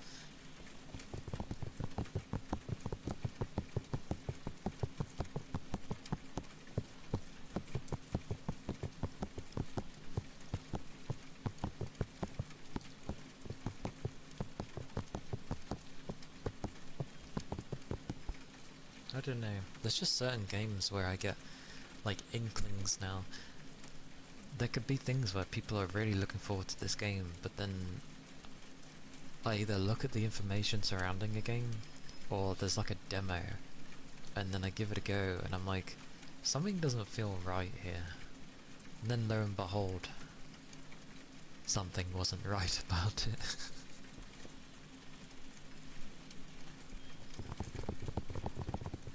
Like, there's still cheaters even with the kernel anti-cheat, so it's just like, you want me to give a backdoor to my PC just so what? It creates more vulnerabilities for me? Like, no, I'm good. I'd sooner not play the game than, you know, bother with that.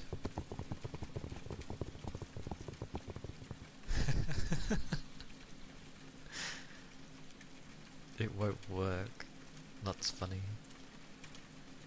I'd like to think that my PC is just so all over the place that even if it's got some weird things in there, it doesn't matter because it's so all over the place that they're like, what is this? There was a time I did try to allow it though. There's a setting in my BIOS I need to change to actually allow kernel level access. But my PC actually won't let me, so I was like, that's fine, I don't want to do it anyway, and I'm not gonna potentially mess up my system to do so. So I'm good. I feel like games that ask for kernel level access is like something you should stick to playing on your console. You want access to my console? Go ahead, there's nothing on it. All of it's separate from everything else, account-wise and everything, so you're literally gonna get nothing from it. Gonna walk with the doggo. Okie dokie penguin.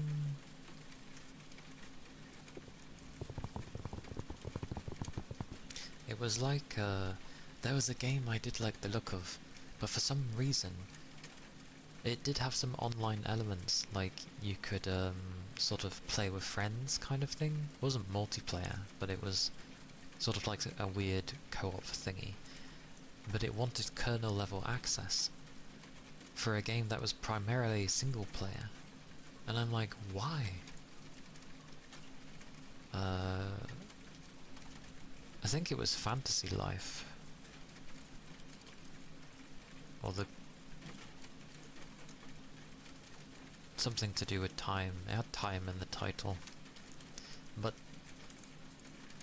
yeah, that was coming out, and then you see at the side on the Steam page, and it's like, oh, it requires kernel level access. And I'm like, no. Like, you're not getting that. Because it's annoying. It was kind of my cup of tea of a game. You go around, you do a bunch of stuff. You can level different things up, you can level everything up. I was like, oh, this sounds like my cup of tea.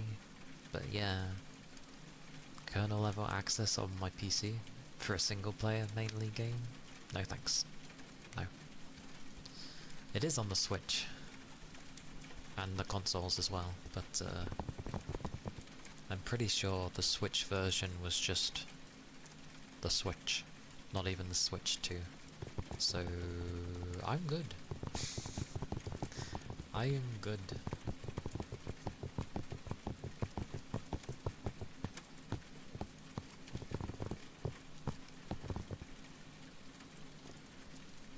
Oh, and because Trails in the Sky was also on the Switch, I think it's on the Switch 2. I think there's a Switch 2 version of it. I looked to see how it was, and it was like 4K 30 FPS or 1080p 60, and I'm like, I'm good with my PC, thank you, where I can have basically 4K like 120 frames or above if I really wanted to, but I don't want to, so 90 is fine for me.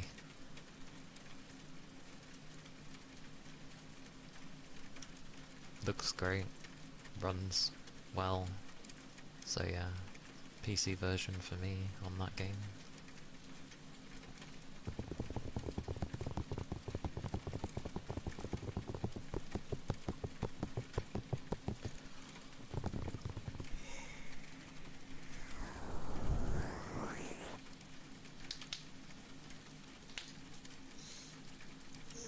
Stretch.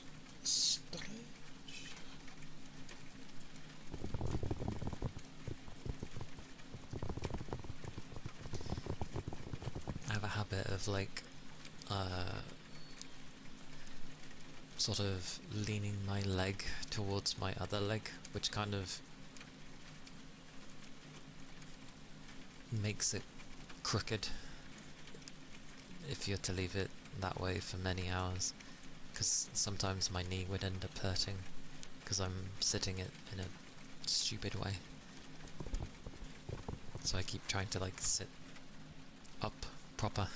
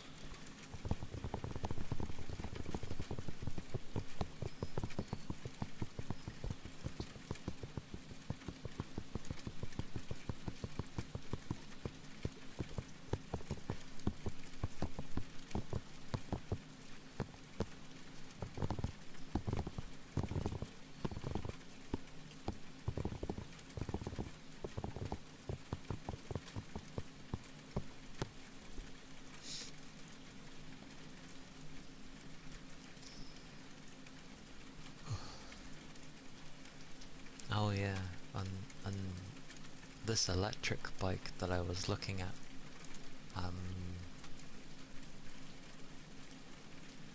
well, I thought it was an electric bike. It is and it isn't. There are some rulings in the UK though, where it's not allowed to go above 15 miles per hour, and the wattage can't be above 250. If it does, then it gets treated as a road vehicle, and you need to have it insured, and you basically treat it like it's a normal vehicle, which is retarded in my opinion. But yeah. But the one I was looking at, where I thought it could only go up to 15, no, it does in fact go up to 30 miles an hour. Which is pretty fast for a pedal bike. 30. Like, definitely wear a helmet with that one, because that's not a small amount of speed for someone on a pedal bike. And effectively, well, one, I wouldn't be able to use it anyway. I also checked to see if, like, if I was to set it where 15 miles an hour is the max, if that would be okay. No, that is apparently not okay. The fact it has the ability to go above is still, you know, not acceptable. So I'm just like, that's flippin' stupid. So, yeah. So much for getting that style of bike. Because I ended up looking in the sort of review section, and someone mentioned, oh yeah, to get it to go faster you set the level higher, and another one stated that if you're in the UK wanting to getting that bike, it actually goes above what it says, and yeah, therefore it turns into a road vehicle. So I'm just like, oh. Why stop at 30 there? A good majority of roads go around like 40?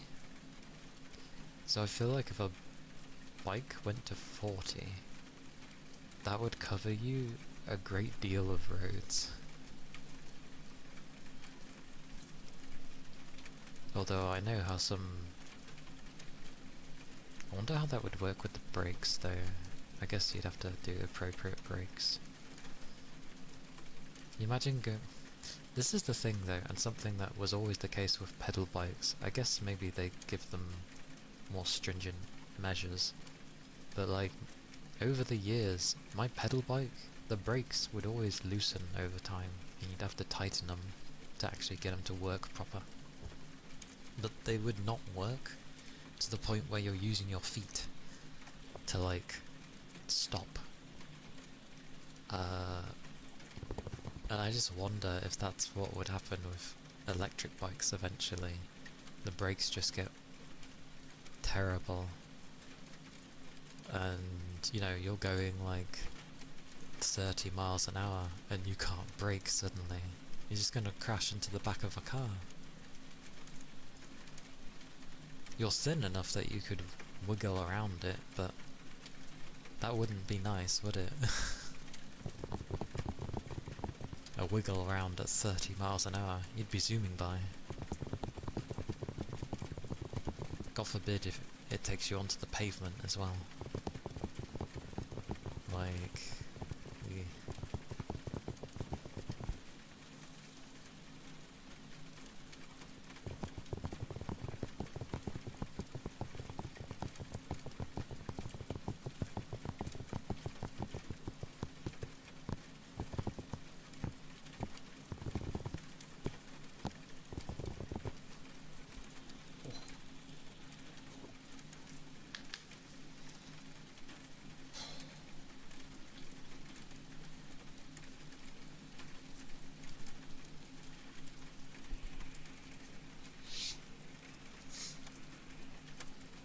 well,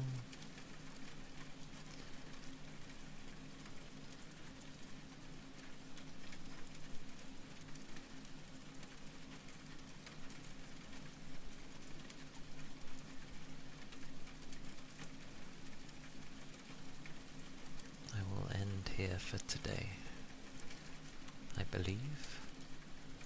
Gonna sort some stuff out, especially with yesterday's VOD. I'll have to, I guess I'll just break that into two, like Rain said. Break it into two, and then just, I don't know, call it part one, but then put in brackets 1 of 2.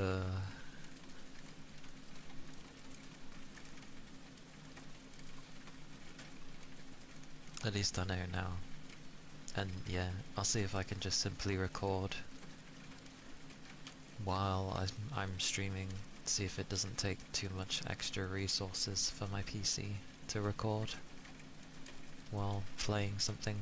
I know I can record and play at the same time, because I do that with my Enfield videos, and that comes out okay.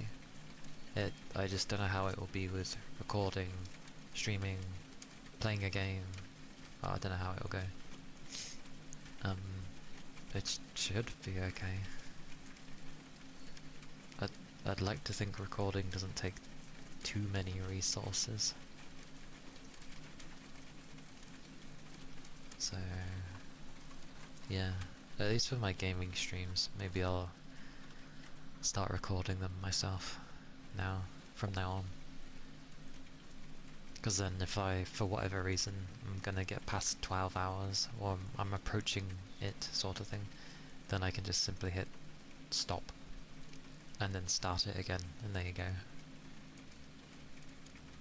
And then watch the file size be like twice the size. So instead of like 20 to 40 gigs, it's gonna be like 60 to 80, because I have my recording settings be higher. It looks nicer than what I download from Twitch, that's for sure. But again, that's because I set the settings higher to actually, you know, capture roughly what I'm seeing, not what you guys are seeing. Yeah, well, 12 hours won't always be my go-to, it's just in case. But on the Fridays, I think Friday is more between like, what, hang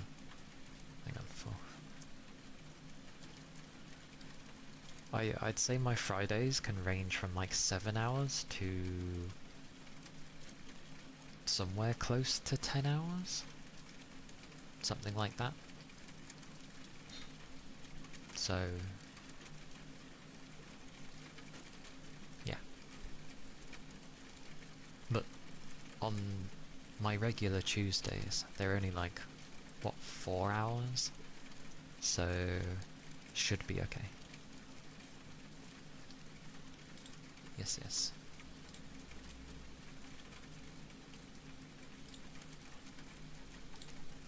Anyway, let's go see who's on. Oh my god, Nuts goes on. I haven't seen her in ages.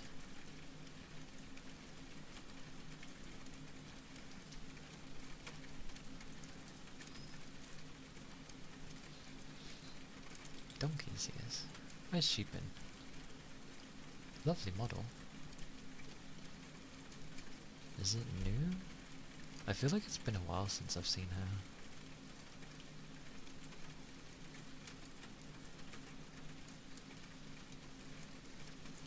Hmm.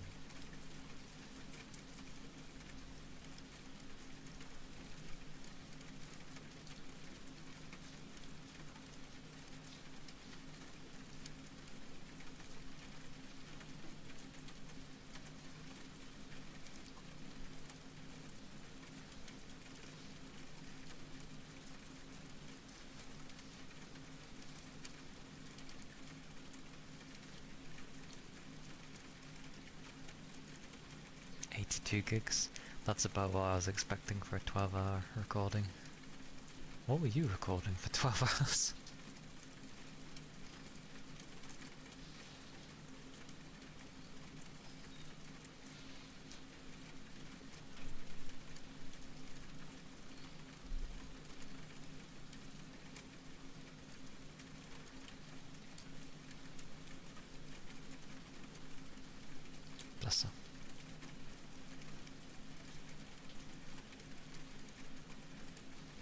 Like, I wasn't entirely sure what to put for my recording settings, to be fair.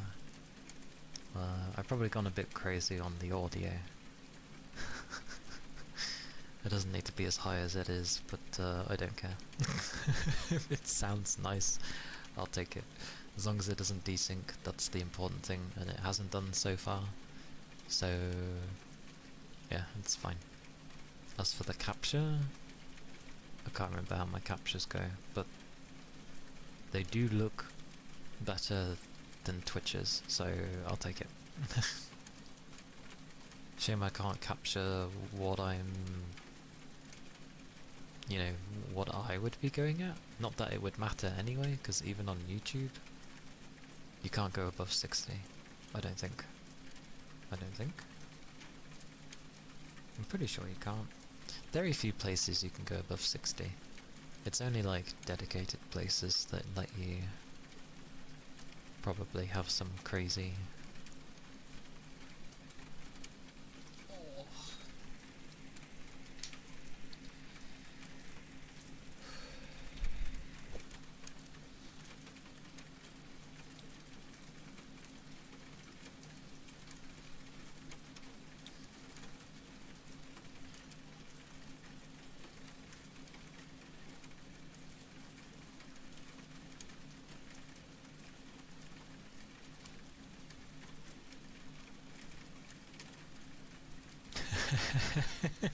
I see.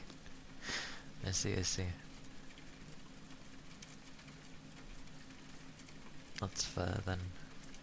That's fair.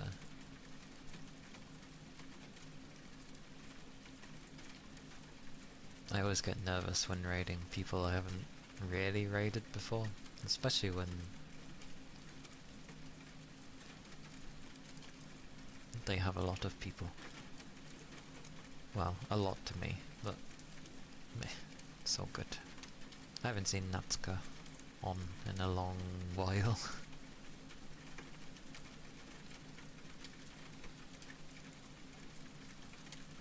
But sure, I shall raid, why not?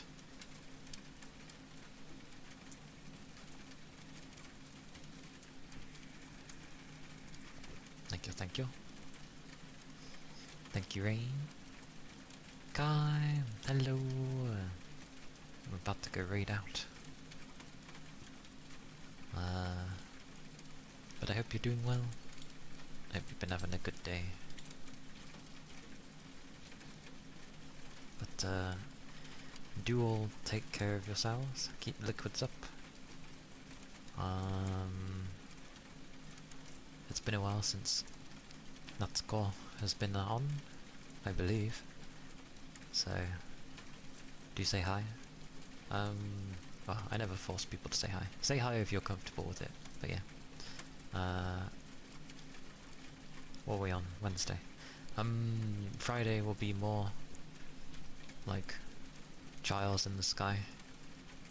Yes. But, yeah. I shall see you when I next see you. Have a good rest of your days, or evenings. And, yeah. I'll see you when I next see you all.